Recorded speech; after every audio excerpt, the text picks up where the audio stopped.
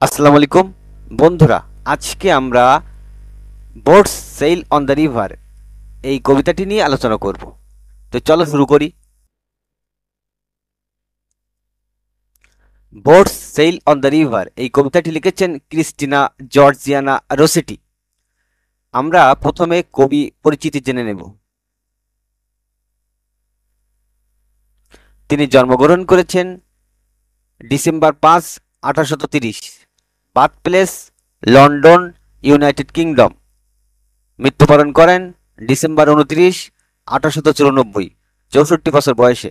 Resting place Highgate cemetery, London. Occupation poet, genre poetry. Nickname Christina the Highgate civil. Spouse name James Collinson. Remarkable works Goblin Market, lyrical poems, hymns. Rhyming pattern ABCB। Stanza 2, line of poem 10। এখন কবিতা। Boats sail on the rivers, নৌকা নদীর বুকে ভেসে চলে। And ships sail on the seas, আর জাহাজ সাগরের বুকে চলাফেরা করে। But clouds that sail across the sky, কিন্তু মেঘেরা আকাশের বুক জুড়ে ভেসে চলে। আর পিটিআর ফার দ্যান দিস, এগুলো অর্থাৎ নৌকা এবং জাহাজ থেকে অনেক বেশি সুন্দর মেঘেরা। There are bridge on the rivers, নদীর উপর সেতু আছে।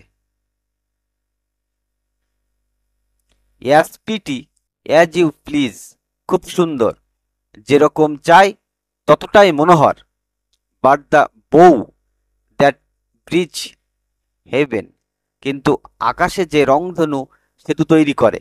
অ্যান্ড ওভারটপস দ্য ট্রিজ, যা গাছের মাথার উপর দিয়ে চলে যায়। And builds a road from earth to sky, যা পৃথিবী থেকে আকাশ পর্যন্ত এক রাস্তা তৈরি করে।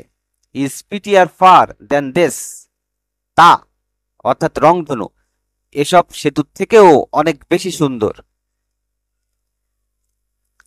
এখন বন্ধুরা কবিতার বিস্তারিত সারসংক্ষেপ।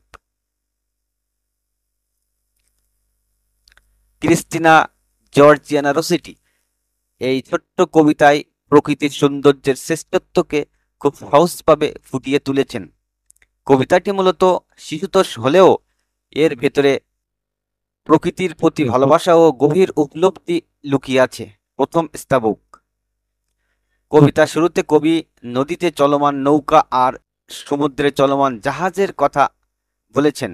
এগুলো মানুষের তৈরি এবং অনেক সুন্দর দৃশ্যও বটে, কিন্তু এরপর কবি বলেন আকাশে ভেসে চলা মেঘ নৌকা বা জাহাজের থেকেও অনেক বেশি সুন্দর। এখানে বোঝানো হয়েছে মানুষের সৃষ্টি যতই চমৎকার হোক না কেন, প্রকৃতির সৌন্দর্য তার চাইতে অনেক বেশি আকর্ষণীয়। দ্বিতীয় স্তাবক। এরপর কবি নদীর উপর সেতুর কথা বলেছেন। সেতু আসলেই সুন্দর ও উপযোগী। মানুষ এগুলোকে খুব যত্ন করে বানায়, কিন্তু প্রকৃতি আবারও তার মহিমা দেখায় রংধনুর মাধ্যমে।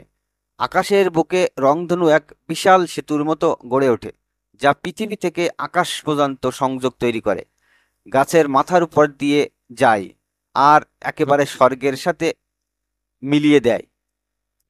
কবি মনে করেন এই রংধনু যে কোনো মানুষের বানানো সেতুর চেয়ে অনেক বেশি সুন্দর ও মহিমান্বিত।